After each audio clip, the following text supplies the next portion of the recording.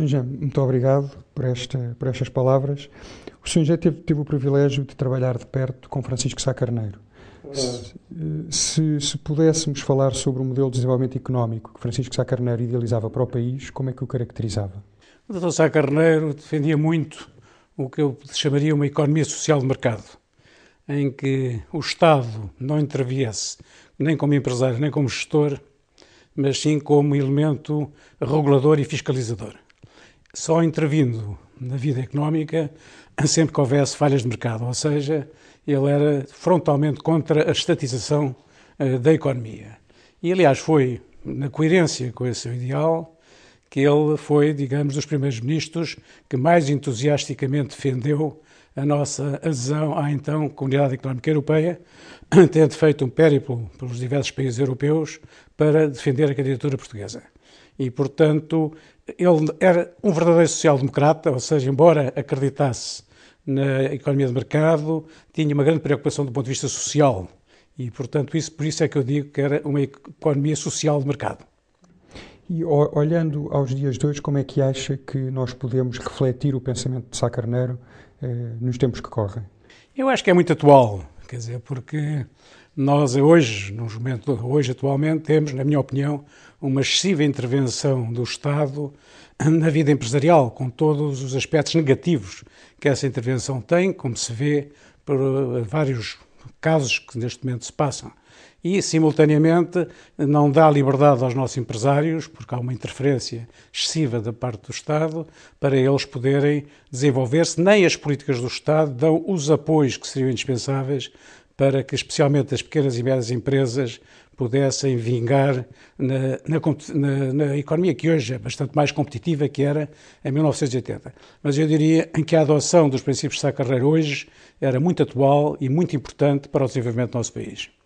E Sá Carneiro sempre fez uma tónica muito forte na questão europeia.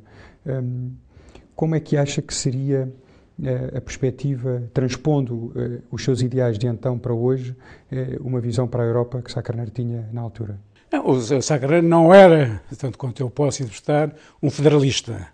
Era um homem que acreditava no intercâmbio entre os diversos países, digamos, num funcionamento de uma Europa mais coesa para fazer face aos grandes blocos mundiais que os Estados Unidos e a China e a Índia e cada vez mais o Brasil, mas não era um federalista. Mas estou, por exemplo, convencido que seria um fervoroso adepto do Tratado de Lisboa, ou seja, um tratado que permitirá, quando for aplicado, em que a Europa funcione melhor e mais eficientemente do que tem funcionado até agora. Portanto, eu diria que ele defenderia bastante as ideias que atualmente estão a tentar ser implementadas na Europa dos 27.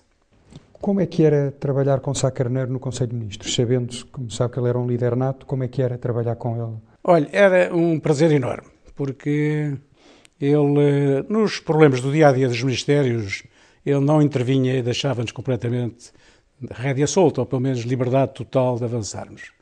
Mas quando se chegava aos dossiês verdadeiramente importantes para Portugal, ele estudava-os e conhecia-os de uma maneira surpreendente. Eu recordo sempre 2 dossiês que tratei com ele diretamente. Um foi a gestão do minério de cobre, da empresa que iria gerir os minérios de cobre Neves Corvo, onde vinha antigamente uma maioria francesa que controlava essa empresa, e o de Francisco Sá Carneiro entendia que, sendo essa uma das melhores reservas de cobre de toda a Europa, deveria passar a ser a maioria de parte portuguesa. E então, as vezes que eu trabalhei com ele sobre esse dossiê, eu ficava surpreendido, porque ele conhecia não só os detalhes jurídicos, sendo ele jurista, não era surpreendente, mas conhecia os detalhes todos técnicos e questionava intensamente até estar totalmente esclarecido. E depois teve uma intervenção direta nessa questão, inclusive envolvendo o presidente Giscard. E o que resultou é que, na realidade, hoje são capitais portugueses que têm a maioria do capital, ao contrário de anteriormente a Sá Carneiro. Outro dossiê que eu também tive a honra de tratar com ele foi o arranque daquilo que foi o projeto Ford Volkswagen, que hoje é a Auto Europa, que arrancou no tempo de Sá Carneiro e onde Sá Carneiro também se empenhou pessoalmente.